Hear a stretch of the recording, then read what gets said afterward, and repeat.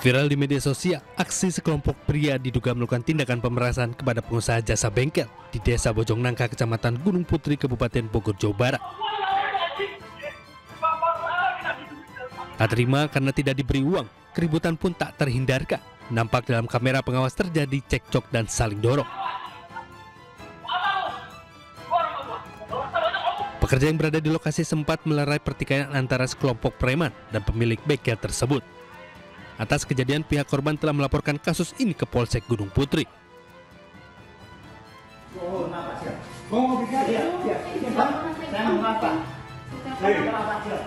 Seorang pegawai negeri sipil di kantor Dinas Sosial Kabupaten Gorontalo ditodong dengan senjata yang diduga pistol oleh orang tak dikenal dan terekam kamera amatir.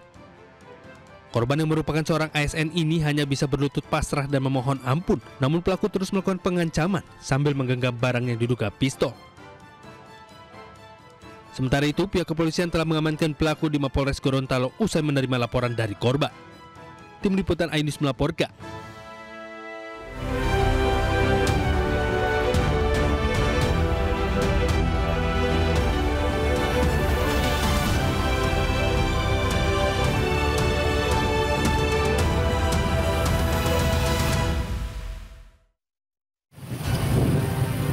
Diduga akan membunuh istrinya, seorang pria di Palangkaraya, Kalimantan Tengah ditangkap polisi. Tembak aja. Ini betul terus. Deddy Mulyadi akhirnya mengeluarkan surat edaran jam efektif sekolah di Jabar dimulai pukul 6.30 pagi.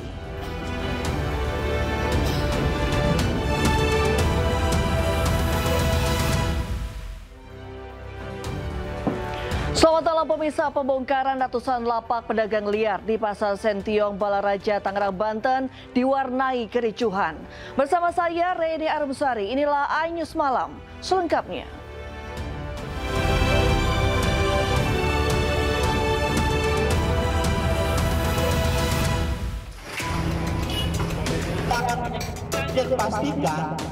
Para pedagang ini kecewa dengan melempar sejumlah peti buah di tengah jalan yang merupakan akses menuju Pasar Sentiong, Balaraja, Tangerang, Banten. Para pedagang yang menolak lapak miliknya dibongkar juga memblokade jalan dengan menggunakan meja dagangan serta sejumlah peti buah. Keributan pun nyaris terjadi lantaran permintaan pedagang untuk berjualan selama 2 hari jelang Idul Adha ditolak petugas.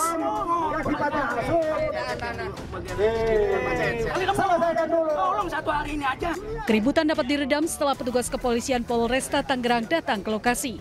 Para pedagang menyebut lokasi lapak yang disediakan di dalam Pasar Sentiong belum siap untuk digunakan sehingga tidak nyaman bagi pembeli yang datang. Sebelum pembongkaran, pemerintah sudah melakukan sosialisasi dan memberikan surat peringatan, namun penolakan tetap terjadi. Kita kan di sini nyari nafkah ya, maksudnya bukan buat macam-macam. Kita di sini nyari nafkah buat kehidupan kita, buat membiayai kehidupan kita sehari-harinya, buat isi perut kita.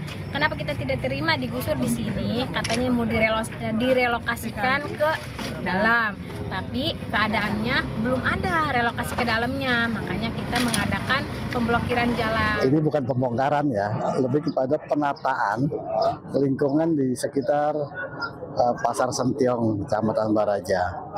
Hal ini karena memang sudah banyak pedagang kaki lima yang berdagang di bahu jalan atas banyak keluhan masyarakat terkait dengan gangguan lalu lintas, sampah dan lain sebagainya. Oleh karena itu kami melakukan penataan.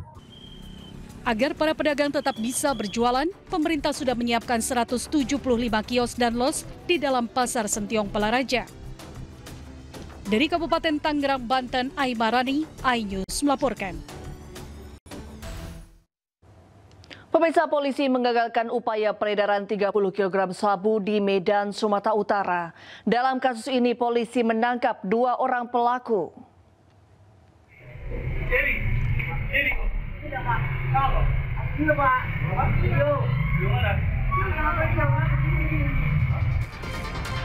Rekaman kamera pengawas atau CCTV memperlihatkan detik-detik saat narkoba Polrestabes Medan menyergap seorang pengedar sabu berinisial MRZ di Kota Medan, Sumatera Utara. Penangkapan pun berlangsung dramatis. Pelaku sempat melakukan perlawanan saat diringkus. Usai ditangkap, petugas membawa pelaku untuk dilakukan pengembangan. Saat diinterogasi, pelaku MRZ mengaku telah menyimpan narkotika jenis sabu di bengkel sepeda motor miliknya. Polisi temukan barang bukti narkotika jenis sabu sebanyak 25 kg. Selanjutnya, petugas kembali melakukan pengembangan dan menangkap seorang pria berinisial SH. Dari tangan SH, petugas mendapatkan barang bukti sabu sebanyak 5 kg. Akhirnya kita mengamankan ada 2 orang terkait dengan kasus ini, dan kita juga mengamankan barang bukti sebesar 30 kg, di mana 30 kg itu sudah dipisah, 25 kg dan 5 kg di tempat yang lain. Atas perbuatannya, kedua pelaku pengedar sabu terancam hukuman 10 tahun penjara. Dari Medan, Sumatera Utara, Adi Palapa Harahap, iNews melaporkan.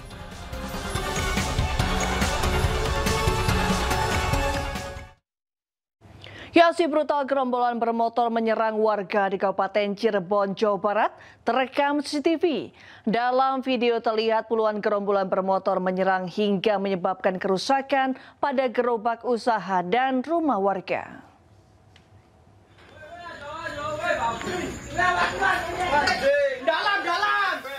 Inilah aksi gerombolan bermotor saat menyerang warga di Desa Megu, Kecamatan Weru, Kabupaten Cirebon, Rabu dini hari. Terlihat dari rekaman CCTV, gerombolan bermotor yang berjumlah lebih dari 20 orang menyerang pertokoan hingga rumah warga. Aksi terjadi saat sebagian warga sedang tertidur. Akibatnya terjadi kerusakan pada gerobak usaha dan kaca rumah warga pecah akibat dilempari batu. Diduga penyerangan berawal dari adanya warga yang ketakutan memasuki sebuah gang saat gerombolan bermotor melintas. Karena tak menemukan warga yang memasuki gang tersebut, geng motor pun bertindak brutal menyerang rumah dan tempat usaha warga. Ada gerombolan motor yang melintas dari arah selatan.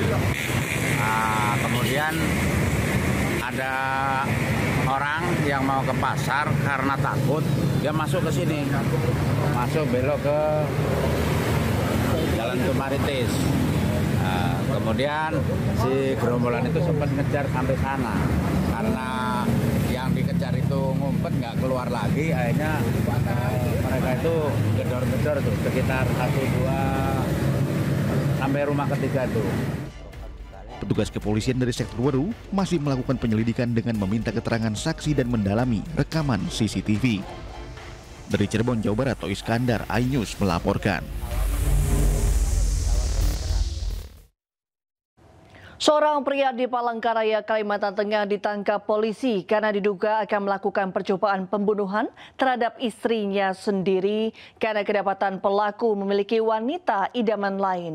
Pelaku ditangkap di rumahnya dalam kondisi mabuk.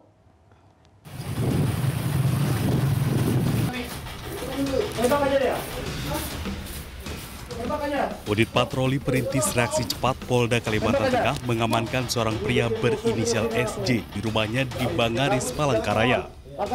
Pria ini diamankan petugas karena diduga akan melakukan percobaan pembunuhan terhadap istrinya sendiri. Sebelumnya pelaku mengamuk merusak perabotan rumah tangga di hadapan sang ibu, mengancam akan membunuh istrinya. Beruntung saat sang istri belum tiba di rumah, sementara warga yang mengetahui kejadian tersebut langsung melaporkannya ke pihak kepolisian. Menurut keterangan petugas, motif pelaku ingin melakukan percobaan pembunuhan terhadap istrinya karena pengaruh minuman keras dan di luar kedapatan memiliki wanita idaman lain.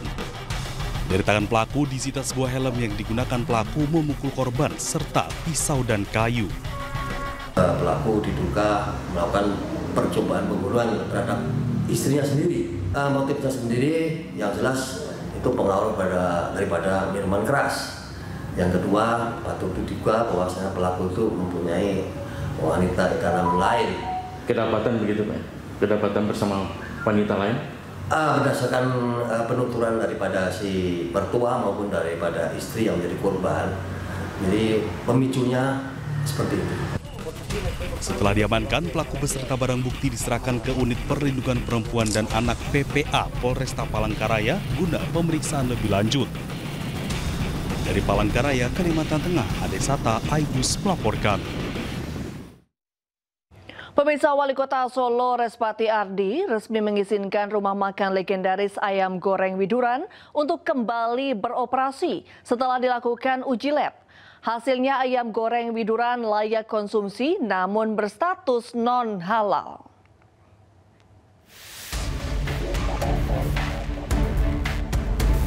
Wali Kota Solo Respati Ardi resmi mengizinkan rumah makan legendaris ayam goreng Widuran untuk kembali beroperasi dengan catatan mencantumkan tulisan non-halal dengan tulisan besar di warungnya.